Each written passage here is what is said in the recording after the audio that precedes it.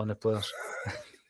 Welcome back to the Celtic State of Mind. I'm Paul John Dykes, and I'm delighted to be joined by Jerry Taylor and also by Jared, who is dialing in from Celtic Down Under headquarters. Jared, how are you doing? Pretty good, Paul. How are you? I'm good. It's been a while, mate. It's been a while. How's your pre-season been?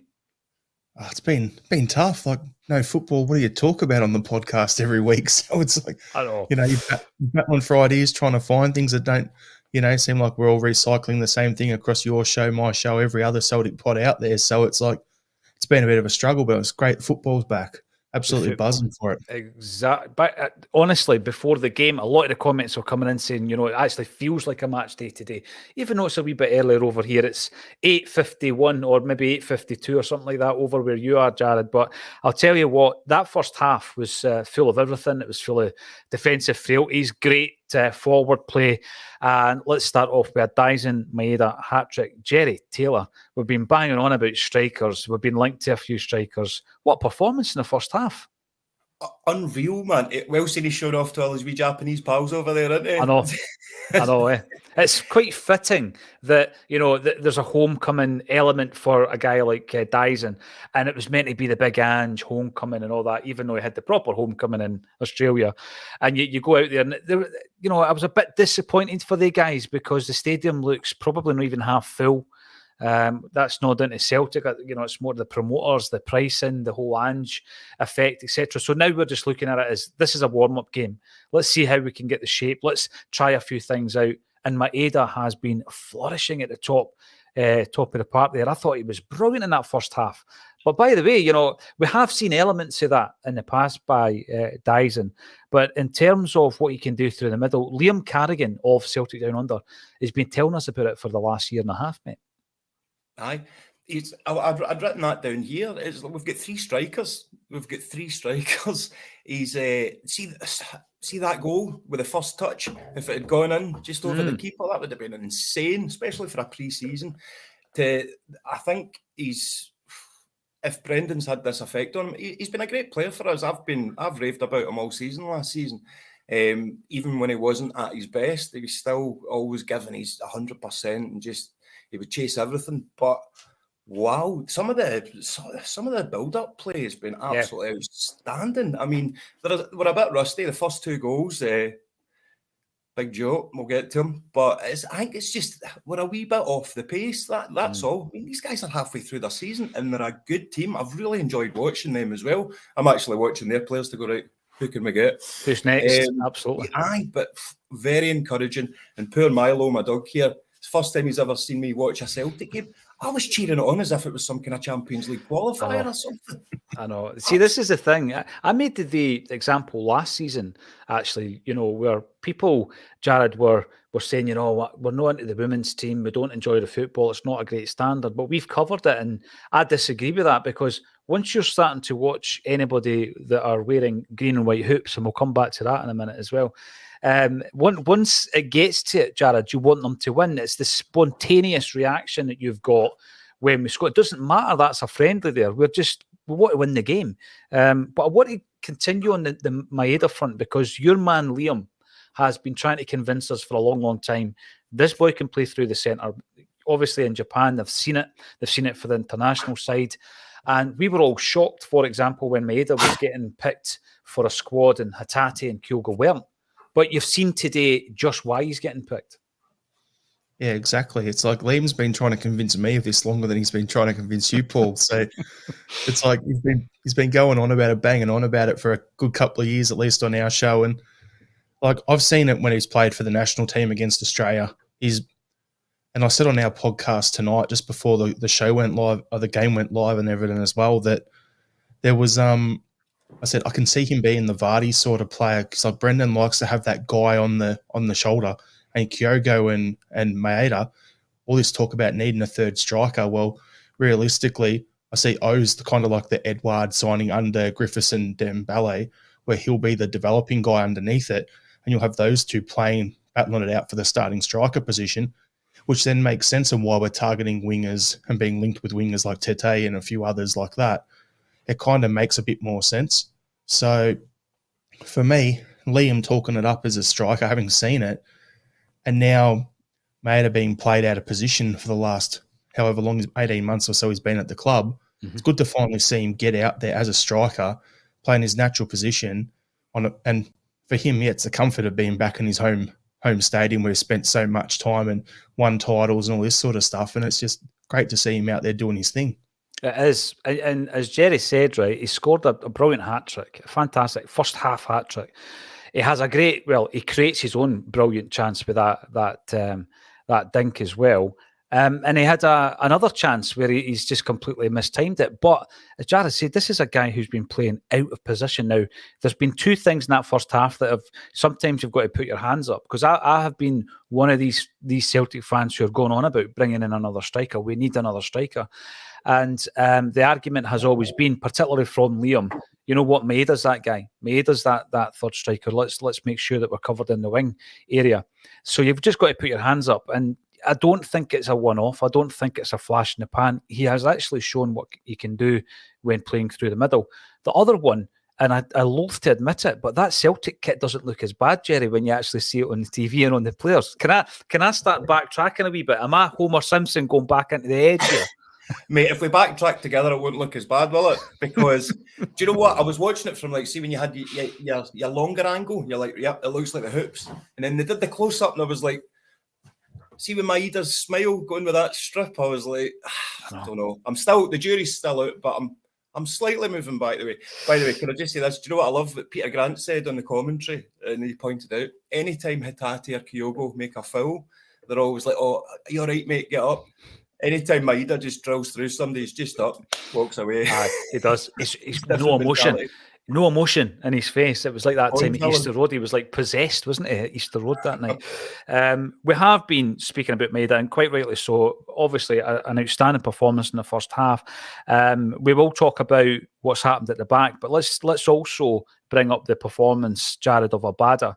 And he's a player that at the beginning of the game, I was saying to Big Yogi that, you know, he's almost been in Jota's shadow. How could you fail to be in Jota's shadow? Jota has now flown the nest, and Abada, you know, there's all eyes on him. Some people might think he's one of the guys that could leave this pre-season. I think he's an extremely good first half.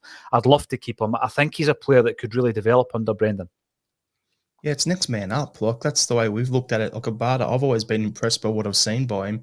Coming off the bench, he's been like that impact player for us. But realistically, as soon as Jota was moving, I was like, well, I can understand why Abada hadn't extended his contract if he was going to be that guy coming off the bench. But now he's coming on and actually starting, and under Brendan, he's going to have that chance to develop. And Rodgers has always been good at developing a winger too. You look back through his time, Sterling, Barnes at Leicester, Roberts, Forrest, those two battling it out in his first stint. Mm-hmm. Scott Sinclair played well as a winger as well, pretty much everywhere. So he's always had wingers that do well, and Abada's next man up for me.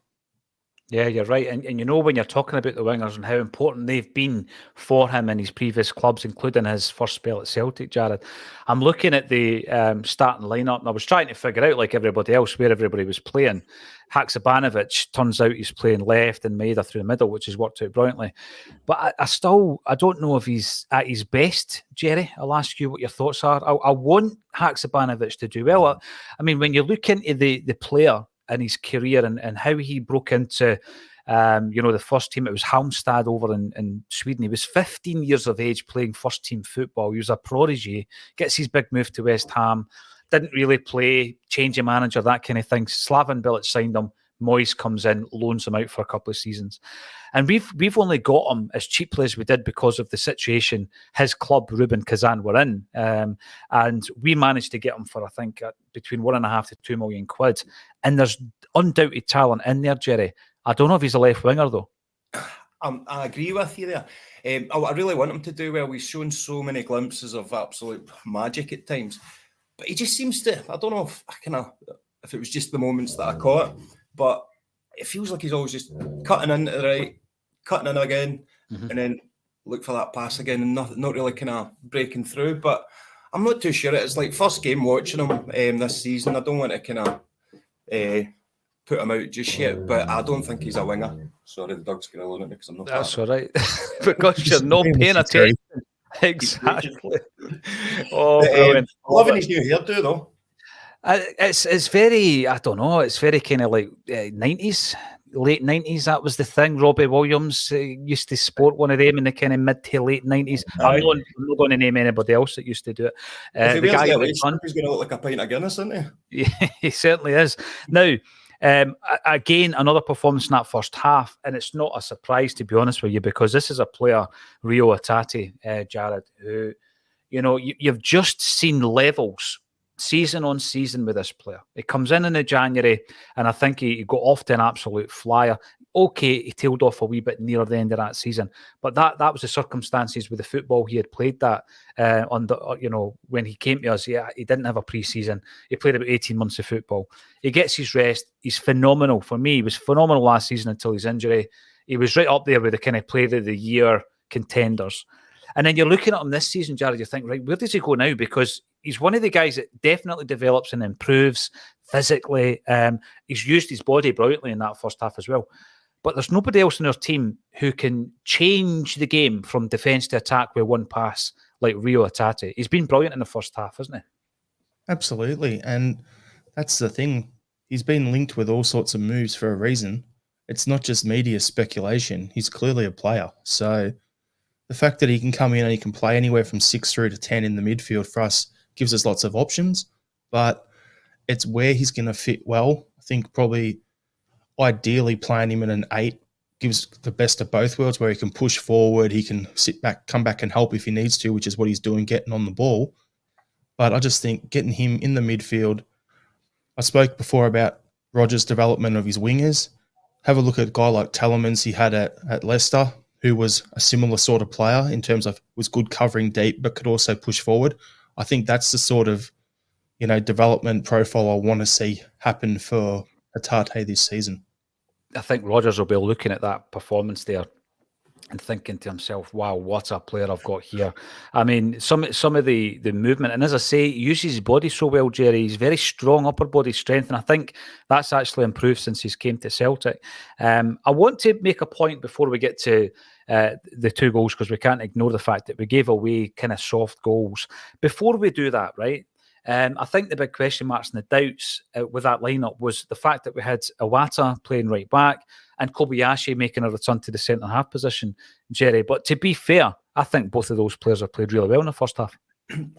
Definitely agree. At the start, I thought Kobayashi, he looked a wee bit flat-footed, but he's been quite solid. There's not a lack of pace, but they're a wee bit behind the pace just now, obviously, because they're still in pre-season.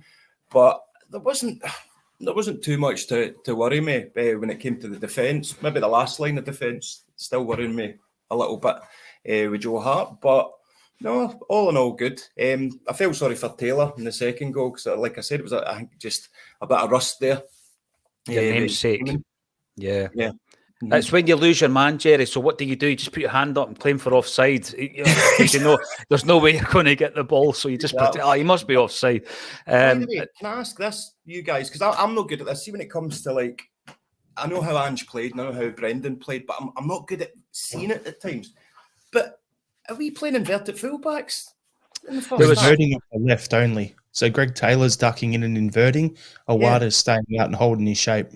Right. He's staying out wide, he is, isn't he? And by the way, that I was a bit concerned, as I said, that when Iwata found himself in an overlapping position, so if he finds himself up in the right wing, how's he going to fare? And the first time, it looked like he was going to have a nosebleed. But then the second time he had it, he was much quicker, and obviously the passage of play continued.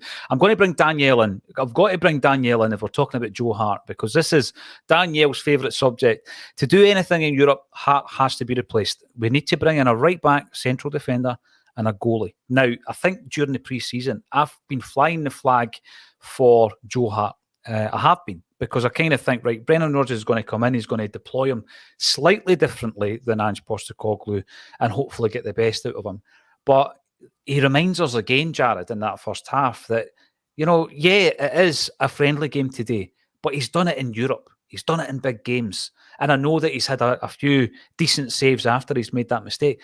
But if you make a mistake like that quite early in the game, you've got a defence that isn't familiar to one another. You know, that's a back four that we've never seen playing together with Iwata at right back, Kobayashi. And what you want is the confidence from Taylor, Starfelt and Hart, and then Hart goes and does that. Does it concern you, Jared? Do you agree with Daniel? We need another goalie in. I think we need someone in terms to be his long-term replacement, like an understudy this year. Like I've mentioned on our pod, like someone like Joe Gauchi from Adelaide United would be a good guy who's a guy who's just made his Socceroos debut. Bring him in, let him study under Joe for a year, challenge him second half of the season for the number 1 jersey, and then Joe moves on at the end of the season. I think that's the best way to do it. But in terms of Joe at the moment, well, I'll look at that and go, he makes that mistake and recovers because of his experience to saves. If that was Barkas, there you go. I know. And I can't believe we're still talking about him. Has he got a club yet, by the way, Barkas? I think there was some English interest. Yeah, I've washed my hands with him. He's been airbrushed out of Celtic's history. Right, we're going to go to the second half. Thanks, everybody, for getting involved. We normally do a post-match, but we'll already be on the bulletin at 12:30. Big Yogi, myself, and Patrick McGill will be on, and we'll talk about the last 15 minutes of the game and indeed the second half. Thanks, everybody, for getting involved. Thank you to Jared Hill and Jerry Taylor for joining me on A Celtic State of Mind.